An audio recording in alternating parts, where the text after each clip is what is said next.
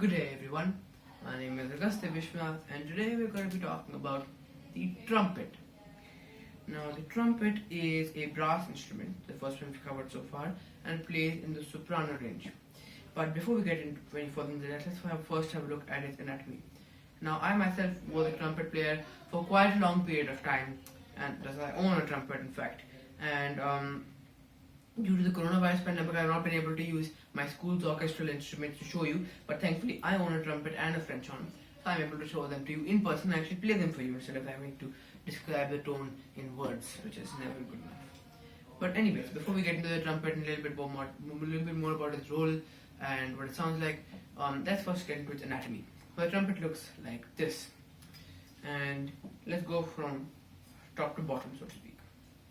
So here we have a mouthpiece. It's, as you can see, as I just showed you, it's detachable. So you have a mouthpiece, and the mouthpiece, the way you play brass instruments, you buzz your lips. So instead of blowing in a wood instrument, you're buzzing your lips in a brass, like that. That sounds quite unattractive when played without a brass instrument, but when I buzz through a mouthpiece, it already creates a sound. Right? Already creates a sound that doesn't actually sound like my buzzing as all that much. When I connect that mouthpiece into all the tubing that's involved in the trumpet, I get this kind of a sound.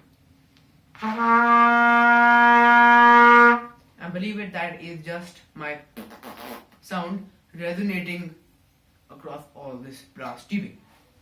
However, anatomy wise, this is the mouthpiece, is what you buzz your lips into. Once again, you move forward, across, and this is the first loop.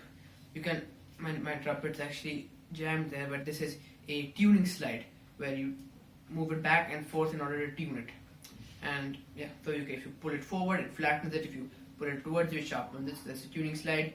This, and then we move forward, and then we come across three sorts of extra parts. So we have one here. This is associated with the third barrel. We have one here, which is associated with the second barrel, and then we have one back here, which is associated with the first barrel. Then these join out from here, and you keep on going, and you eventually reach what's called the bell. This is called a bell, and it goes outwards, and the sound comes out from here. And these are called valves. Right here, these are called valves. The things I press are called valves. Okay, great. So now that's the anatomy out of the way. To remove condensation, because when you breathe out when you blow into an instrument, what you realize is that in your air, when the air that you breathe out has both carbon dioxide and water in it, and so the carbon dioxide is going out, some of the water condenses due to the fact that this metal is fairly cold, so it can build up and waterlog your wind instrument, so to speak. So this is just to drain that. Let me see if I got anything for now. No, nothing so far. No problem. Anyways, let's move on. So how do I create a sound to a trumpet? Well, I just told you, I buzz my lips, and when I put that through a mouthpiece, that sound actually resonates a bit and sounds a bit different. Something a bit more like what a trumpet sounds like. When I connect this mouthpiece into the rest of the trumpet, that very sound resonates throughout this trumpet and produces a much more attractive sound, I think you'll agree. Now, as for, I can manipulate the pitch of the sound very easily by pressing valves. So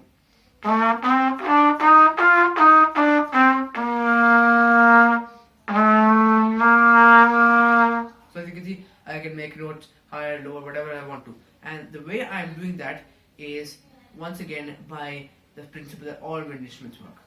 So I've talked about this already in my woodwind section videos, but here's the principle under which all wind instruments work. If you make air pass through a short amount of piping or a short amount of tubing before it exits the instrument, it's going to produce a high sound. And if you make it pass through a longer length of tubing, it's going to produce a low sound. So the way in which these are actually working is when I don't, and the brass instruments, what they're actually doing is they're actually putting air through larger and larger parts of piping while pressing valves, and I'll explain how that works. So normally air travels like this. It goes like this, comes from here, goes into all three valves, comes out from there, and goes out like that. So this business is not involved, right? And that sounds like this. Now, this is an extra bit of tubing associated with this valve. So what that means is whenever I press this valve down, it has to go through a little bit more space and then lowers the note a bit. So for reference, this is without lowering it, and then I play while loading it. So as you can see, the note got lowered. Why? Because I made it go through some extra space by pressing this down. Similarly, this has some more extra space associated with it. This has some more extra space associated with it.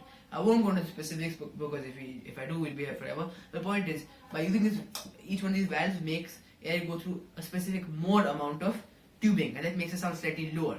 And using that, I'm able to play all the pitches. So I can play it like this.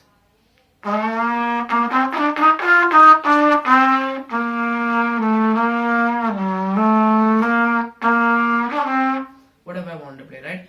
And I'm doing that by pressing the valve in different combinations and making air going through longer or shorter distances. I'm controlling the distance through which air is flowing. That's a really long-winded way of saying pressing these changes the pitch. But yeah. Okay, so now we know the anatomy of the instrument in general. We know how it works. Let's talk about the instrument now. So as I said, the trumpet belongs to the brass section. It's made out of brass. It has a mouthpiece, the two defining plates of brass.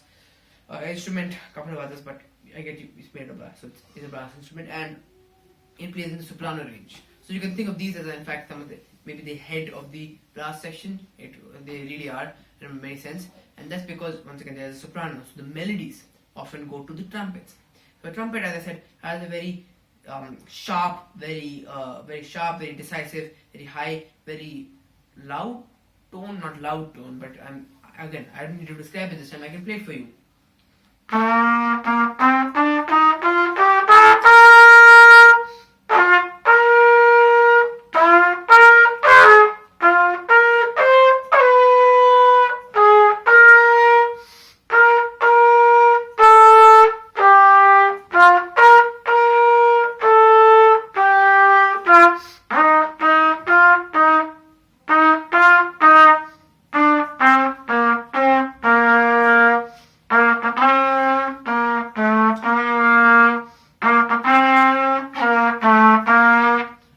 It's got a very sharp, decisive tone. And once again, I left the trumpet a while back, but in fact, you usually play these in the higher registers. So the higher notes I just played, there's much more of those when you hear a trumpet play. And yeah, so it's a very high, very discerning, very decisive, and yeah, that kind of sound. I don't need to describe it. I just played it for you. And that's the trumpet is quite an interesting instrument to do that, and it's very much melody oriented. That means that it's very good at playing melodies. So now let's come to its role in the orchestra. Now, as I said, in the brass section, it's quite often the leader, but it's also quite often the least active brass instrument. That's just because the brass section is often considered the noise department of the orchestra. That's because brass section gives power, and it's noisy, it's loud, and it's, as I said, powerful.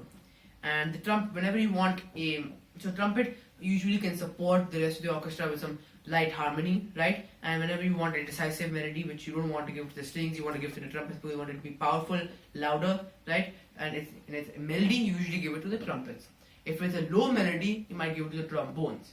But whenever you have a melody which you want to give to the brass section, which means you want to make that melody powerful, you either give it to the trumpet or the trombones. More often than not, it's in fact the trumpet.